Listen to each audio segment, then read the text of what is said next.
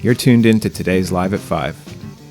Before we jump into today's episode, I just want to remind you that this show is only possible because of the continued support of amazing people like you.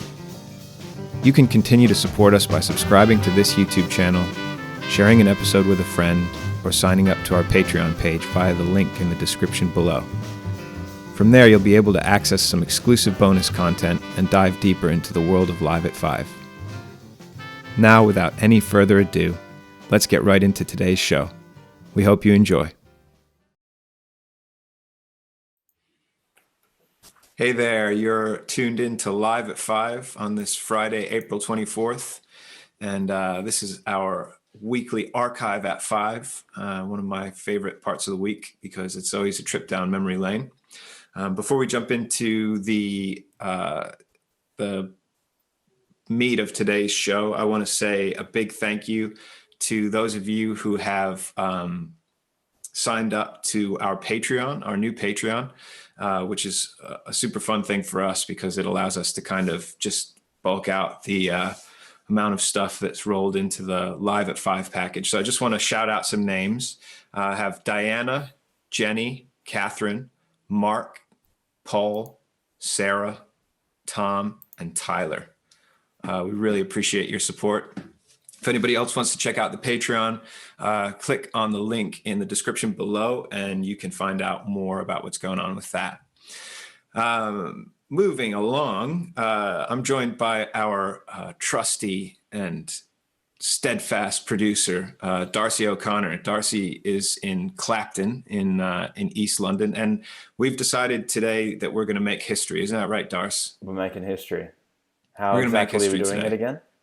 Well, this is the thing. We haven't quite decided on how we are going to make the history, but we know that today, on Friday, April 24th, we will be making history. But we'll definitely come back to that, I think. If you have any ideas, just shout us in the comments. I'm sure some of you out there have made history before. Maybe you have some tips for us. How are you doing, Darcy? You're out of coffee, so you're hurting, aren't you? Yeah, I'm hurting. I'm out of coffee. Well, I've been off the coffee. I've had a bit of a tickly throat. I'm all good. Don't worry. But I had a tickly throat, so I didn't want to irritate it with the acidity of the coffee over the last week. So, I'm feeling a little bit. Back away from the screen. Back away. This is not a 2 meter distance. It's good that we produced this show so far away from each other, isn't it? Yeah, I mean, this is a simulated 2 meter distance, even though we have much more between us. We've never spent more time together either, have we? I know. I feel like this is a pivotal. It's a pivotal moment in our burgeoning friendship. I feel like we'll look back at these. Maybe this is our history. Maybe this is us making history. But we finally became friends. Is that the history? Yeah. I mean, I consider you, a friendly acquaintance, a colleague. Anyway, we're not here today to talk about 2 meter distances over internet.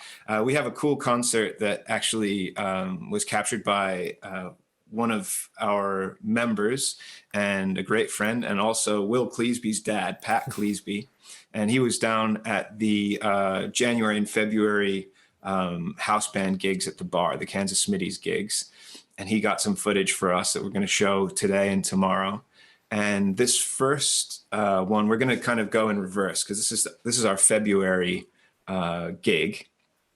And it's cool to see. I mean, I have to say, Darcy, the thing that there are a lot of nice things about kind of focusing on the show and getting the Patreon running and the membership and kind of focusing on, getting the Kansas Smitty's community together in isolation. But the one thing that I really miss is these gigs, playing. Were you at this concert live or? I was there at the beginning. It was the end of a long day. We'd just done a photo shoot with the band. That was that day, yeah. Because you guys were all in the uniform. If you haven't had a chance to see the band in the uniform yet, today might be your first opportunity. But yeah, we'd just come off the back of it must have been like 5 or 6 hour photo shoot with our fellow bartender and photographer extraordinaire, Marie Suter, who is Yeah. sorely missed at the moment. But yeah, we just done that, and then you guys went and played this show, and yeah, it was quite beautiful. Very, very Smitties to pack it in Yeah, all all into into one one day, afternoon. Yeah, all in one afternoon. absolutely. So What what I do we do. have? Oh, You know what I go ahead, do. go ahead. You know what I do miss. That isn't music, but goes great with music. Is the drinks at Kansas Smitty's. Oh, is it time for a tipple? I think it's time for a tipple. It's time for a tipple. So this is our favorite segment of the week, where we invite our bar manager from afar, Mr. Honey Bolton, who's currently in New Zealand. He's what is he? 10 hours behind us or ahead? I think he's 12 hours in the future 12 hours in and the about future. 100 years in the past. This is Honey Bolton, and it's time for a tipple. Hello all, and welcome to this week's edition of Time for a Tipple. I'm your host, Alex Honey Bolton. Today I'm going to be teaching you how to make a mojito, classic rum highball, originated in Cuba, I believe. You may have had this drink once or twice before, down at Kansas Smitty's. Without further ado, let's jump into the drink. While you're prepping your ingredients, it's a good idea to put the glass in the freezer for a nice cold mojito. So we're going to need sugar, rum, soda water, lime, and mint for this drink. I picked my mint fresh from the garden. You can choose how you would like it. And also we're going to need ice. So we want to take half of a lime and cut that into quarters before placing it into the glass. On top of that, we want to place 1 to 2 teaspoons of sugar, depending on how much of a sweet tooth you have.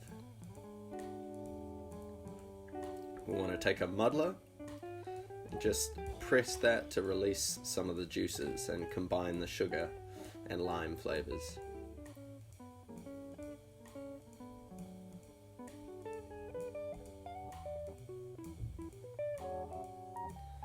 Give that a quick stir to further combine the two. So usually for this drink, it's a white rum based drink, but all I have is this Golden Havana Club, which absolutely will do the trick. So we want 60 mils or 2 ounces, which this air cup fits perfectly. So if you don't have a jigger, that's what you can use. Give that a quick stir to dissolve some of the sugars. Next we're going to take a handful of mint, give it a clap to release the oils in there, not to bruise it too much, and then we're going to want to combine that.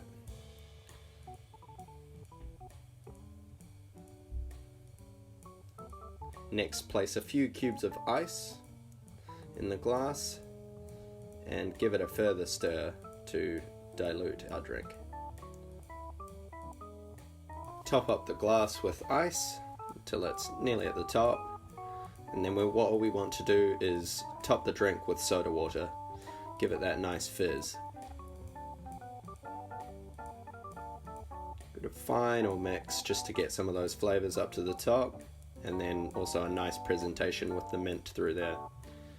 Take a sprig of mint, give it a slap on the back of your hand to release the oils, and drop it in there. And there you have it, your mojito, perfect for any time of the day or night.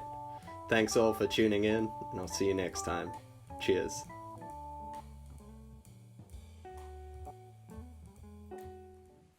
And that's Alex Bolton. Time for a tipple. I hope that you were taking notes, but don't worry, you can always rewatch the stream. And Alex's backing track, the smooth sounds of his archtop guitar. That's his album, isn't it, Darce? That's his. What's it called? It's called Portrait. Portrait. Right. We'll throw a link to his Bandcamp in the description below if you wanted to pick that up. It's a great album, an organ trio record. Yeah, so he made that actually still when he was still in New Zealand, right? He didn't make that in London. Just before he moved to London, I believe. Yeah. Right. Yeah. Yeah. I've listened to it. I can attest to the fact that it is definitely worth putting on when you're preparing any sort of drink, especially his recipes. So thanks, Alex, for sending that in. That's just great. So I guess it's time we should jump into today's concert. I think we have 3 tracks on deck. The first one is, are we going to play Corner Pocket first, Darce? Yeah, that's first cab off the rank. Cool. So Corner Pocket is a Neil Hefti tune that was made famous by Count Basie, and it's definitely one that's close to my Smitty's heart because when we were renovating the space that's the bar now, well, that is Kansas Smitty's. Albeit not a very busy one. We only had about 4 records, right? So, wow. We had a turntable down there because that was our thing, and we must have played, we had April in Paris, and this is I think it's either the first track on the B side or it's one of the defining points of the record. And we must have listened to it, 500 times. And I can remember Jack saying, it'll be years before I can listen to that song again. Well, I hope that he meant 5 years because it's coming up on our 5th birthday. And, this is going to be Corner Pocket. So we hope you enjoy Archive at 5 today. You're listening to Live at 5. Remember to subscribe to this YouTube channel and to check the link below for details about our Patreon and about our membership program too. Enjoy the show.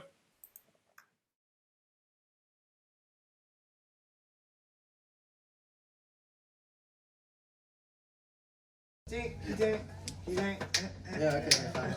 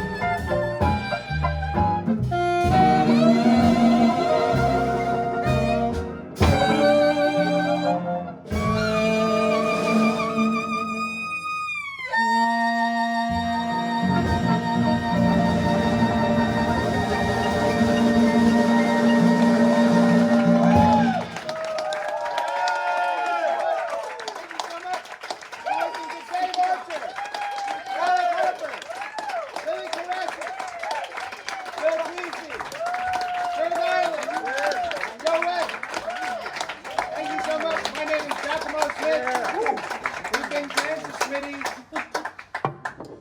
Oh, I'm done shouting now.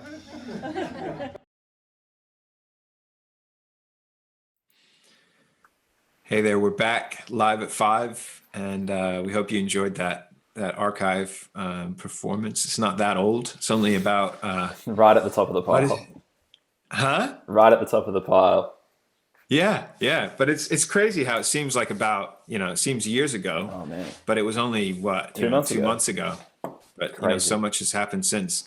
Darcy and I were talking about that last song, that Si tu vois ma mère, and the collectors amongst you will know that it's that it's from Woody Allen's Midnight in Paris, which is a really beautiful movie, and it's from Sidney Bechet, who was a master of the soprano sax, but also a master of the clarinet, one of my favorite clarinet players. And Darcy, you didn't know the thing about him having a tailor shop, did you? No, I mean, I knew about sort of some of the early stuff of in his life, and then the last couple of years of his life in Paris, but had no idea that he owned a tailor shop. Tell us about that. Well, see, I don't think I don't think he did much tailoring. Yeah, I can't imagine so. I think it was the kind of thing where he just needed to have something to do. So he and his friend opened a tailoring shop in Harlem in the late 30s because he didn't have any music jobs. He had kind of an interesting career in that he kind of meandered around the U.S. jazz scene. He was in, obviously grew up in New Orleans, and then went to Chicago and New York, like so many of the other musicians did, and did have some success, played with people like Jelly Roll Morton, and played recorded a couple of sides with Louis Armstrong, who is obviously the most famous son of New Orleans. But he didn't really find fame, Sidney Bechet, until he moved to France in the late 40s, and he actually stayed there until he died in about 58 or 59. And he just became a megastar. He was he was on billboards and posters, and he was on the radio, and you could always identify his really, the French people loved his very intermediate Creole French, because he said, because of course in New Orleans you don't say things like Esplanade and Decatur. You say Decatur and Esplanade. So he had an amazing career there, and I think that his legacy still lives on in that kind of French Parisian thing, which is why Woody Allen would have chosen that track. I mean, that's how I came to his music, is seeing that film and then sort of digging deeper, because I just absolutely love that song. What do you think makes his, beyond it being used in a film, like what do you think sort of, because it is distinct, like it has almost a Parisian sound, and maybe that's just because it's like cemented in my brain. But, what do you think, do you know who he was kind of playing with at that time? Because that's a late tune as well, right? Yeah, that's definitely 50s. It's he was playing with a French band leader called Claude Loutet, who was another clarinet player, who kind of idolized Bechet and learned a lot from him. But it's funny, I don't think I think it's Parisian in your head and mine for sure, because of that opening scene, but if you'd heard that record out of New York, you would associate it with a different narrative. You know what I think about that? Did you ever see that Elevator to the Gallows, the Miles Davis thing? Yes. You ever that one? Yeah. Yes. Where he's just standing in front of the screen. Amazing. And Jean Moreau's walking around the streets of Paris, and he's just playing this like incredibly like maudlin, moody trumpet it's stuff. Almost like a parody of a noir like soundtrack, but it is the noir soundtrack, and he's got like the cigarette in the in his like pinky holder. It's amazing. It's iconic, and it's forever linked to those Parisian streets, and it's I think it's a powerful thing that somehow whether it's for, I don't know what some ethnomusicologist could probably describe this better. A cultural anthropologist. Why does France fit jazz and jazz fits France? But for some reason it does, and you go walk around those streets of Paris and you think about Bechet and it all comes together. Of course you can, get that feeling at Kansas Smitty's when it's open as well. Absolutely. Or in your living room watching Live at 5. Exactly. So I think we'll leave it there for today, and we hope you've enjoyed Archive at 5 and Alex Bolton's amazing Time for a Tipple. Oh yeah, right. Of course, we have our record of the week today, which is one of my favorite. So we were talking about Basie before and how April in Paris was this kind of formative album in the Kansas Smitty's development. I mean, Basie is a central figure in Kansas City jazz, so it's only fitting that we'd be into him. But one of the people who kind of took the baton after Basie and developed the big band sound into kind of more modern harmony, but retained the kind of swinging beat that Basie always had, was a guy who played cornet and trumpet with Basie called Thad Jones. And Thad Jones made a bunch of albums between about 1964 and 1980, I want to say 1986, with a drummer called Mel Lewis. And this is one of their earliest albums. This is called Central Park North, and it's right here. And it has one of my favorite tunes on it, which is called The Groove Merchant. But check it out, because it's a cool kind of... when you put on the first track, you'll think, how does he think that this is like Basie? Because it's funky and it sounds all 60s and everything. But you go 4 tracks down, you get to The Groove Merchant, you put that on, and that'll make sense. So once again, that'll be on our Live at 5 playlist, which you can find in the link in the description below. So check that out. Subscribe to this channel and tune in tomorrow for more of Archive at 5. Until then, we hope that you're happy and healthy, and have a great evening. We'll see you tomorrow.